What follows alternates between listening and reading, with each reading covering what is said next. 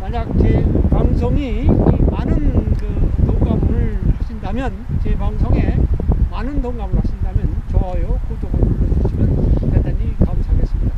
이제 빙판길에서의 정보의 첫 번째는 그 팔자걸음을 하라는 것이죠. 그래서 그 지면이 미끄럽기 때문에 안정된 그런 걸음을 하기 위해서는 일자걸음보다는 약 팔자로 이렇게 걷는 그런 것이 좋겠고, 두 번째는 이제 그 흔히 이야기하는 대로 엉금엉금 걷는다. 특히 그 언덕을 올라갈 때 이럴 때 아주 미끄러운 길은 엉금엉금 걷는다. 이렇게 걷는 것이 좋겠습니다. 그리고 세 번째 빙판길 그 정보의 그 핵심은 갈지자로 걷는다는 것이죠. 그래서 가로 세로 걷는 것이 갈지자 걸음인데, 이런 걸음을 걷고, 또 네 번째는 만보, 우리가 천천히 걷는데 평소 걸음의 절반 속도로 걷는 것이 중요하다, 이렇게 보겠습니다. 그래서 너무 일반 도로처럼 속보로 땀이 나게 이렇게 걸어서는 안 되고, 천천히 상황을 봐가면서 걷는 그런 방법을 해야 된다, 이렇게 보겠습니다. 그리고 이제 또 하나는 우리가 빙판길을 걸을 때는 그 길을 잘 찾아서 미끄럽지 않은 곳을 가야 되겠죠. 요즘에는 대부분이 그 도심에서는 염화칼슘을 뿌린 곳이 있는데, 그런 곳은 어지간한 곳이라도 되게 녹습니다. 그래서 이렇게 염화칼슘이 뿌려가지고 그 빙판이 안 된 그런 길을 걷는 것이 무엇보다 중요하다, 이렇게 보겠고요. 그 다음에 이제 그 언덕 같은 데는 그 빙판이 진 곳보다는 눈이 있는 곳을 찾아가면, 역시 눈이 있는 곳은 그렇게 미끄럽지 않기 때문에 눈이 있는 곳을 찾아서 그쪽으로 발걸음을 옮기는 것이 좋겠다라고 하는 것이고요. 그리고 이제 이건 당연한 일이지만은 빙판길을 피하는 그러한 것이 중요하겠다 되는 것이죠. 빙판길은 미끄럽기 때문에, 특히 이제 연세가 드시고 그리고 이제 몸이 후대하신 이런 분들은 대단히 위험하기 때문에 빙판길을 피해서 걷는 것이 중요하다, 이렇게 보겠습니다. 낙상 예방하기 위해서는 그 신발과 옷차림이 무엇보다 중요합니다. 그래서 옷차림에 있어서도 이제 그 얇은 것을 여러 겹 입어가지고 몸이 둔하지 않도록, 그래서 순발력이 생기도록 이렇게 옷을 입는 것이 좋겠고, 두 번째는 그 장갑을 착용하는 것이 좋겠죠.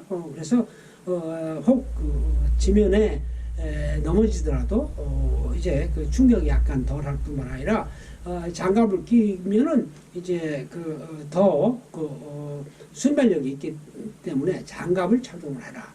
그 다음에 구두를 우리가 선별할 때도 굽이 낮은 것을 신는 것이 좋겠죠. 그래서 굽이 높으면 역시 위험하기 때문에 굽이 낮은 것을 해라. 그 다음에 바닥에 미끄럼 방지 패드 같은 것이 다 있는 이런 것이 좋겠죠. 그래서 미끄럼 방지용 고무창 이런 것이 달려있는 이런 신발을 신는 것이 중요하다. 그래서 이제 특히 등산화라든가 골프화 같은 이런 곳에는 밑창에 그런 스파이크 같은 것이 달려있거나, 혹은 가로 세로 이렇게 조그만 굽이 있기 때문에 이런 것들은 일반 우리가 보행용으로 신는 운동화보다는 더 안정되고 지면에 잘 착지할 수 있기 때문에 등산화나 골프화 같은 형태의 그런 신발을 신는 것이 중요하다, 이렇게 보겠습니다. 또 한 가지는 이제 부득이하게 넘어질 경우가 있습니다. 그래서 잘 넘어지는 기술이 필요하다. 그래서 가능하면은 이제 옆으로 넘어져라. 그래서 이제 옆으로 넘어지게 되면은 옷을 많이 입기 때문에 우리가 아주 심하게 넘어지지 않는 정도면 잘 견딜 수 있는 정도이기 때문에 옆으로 넘어져라. 우리가 흔히 이제 빙판을 넘어질 때 손목을 먼저 지면에 닿게 되는데, 그렇게 되면은 몸이 체중에 손목에 실리기 때문에 손목이 부러진다든가 혹은 골절상 같은 것이 있기 때문에 반드시 옆으로 혹은 앞으로 넘어질 때 이제 고개를 들고 배가 땅에 먼저 닿도록 그렇게 넘어지는 그런 것을 유념해서 우리가 넘어져야 되겠다. 그래서 잘 넘어지는 기술이 필요하다. 이렇게 보겠습니다. 그리고 빙판길을 걸을 때 흔히 우리가 간과하기 쉬운 점은 뭐냐면, 춥다고 해서 주머니에다가 손을 넣고 이렇게 걷는데 이건 아주 위험합니다. 넘어지면은 굉장히 치명상을 입을 수 있기 때문에 주머니에서 반드시 손을 빼고 장갑을 끼고 이렇게 걸어라.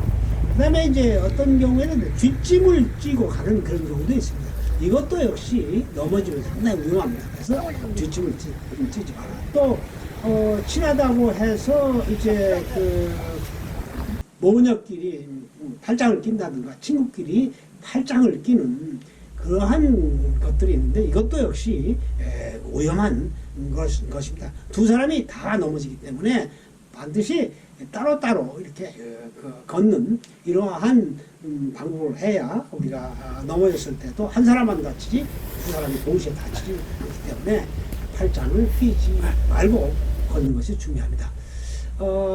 마지막으로 이제 우리가 빙판길에서 낙상을 예방하기 위해서는 순발력이 있어야 되고, 그러기 위해서는 평소에 우리가 순발력을 잘 길러야 됩니다. 순발력을 가장 기르는 가장 좋은 방법은 체조를 하는 것이죠. 그래서 체조를 통해서 이제 몸이 유연성 있는 이런 몸이 되어서 넘어지더라도 크게 다치지 않는 이런 것들이 결국은 유연성, 순발력 이런 것에 나오기 때문에 이것은 하루아침에 이루어지는 것이 아니고 평소에 이런 체조를 통해서 그러한 순발력이 있는 몸이 되도록 우리가 유지를 해 두어야 우리 비상시에는 낙상했을 때에 상처를 덜 받고 그리고 일어날 수 있는 그런 방법이기 때문에 평상시 체조를 꼭 하는 것이 중요하다 이렇게 보겠습니다. 그리고 이제 또 한 가지는 적정 체중을 유지하는 것입니다. 대부분 이제 몸이 뚱뚱하게 되면 순발력도 떨어지고 또 위기에 대처하는 그런 신체적인 능력이 떨어지기 때문에 체중을 적절히 유지하는 것이 중요합니다.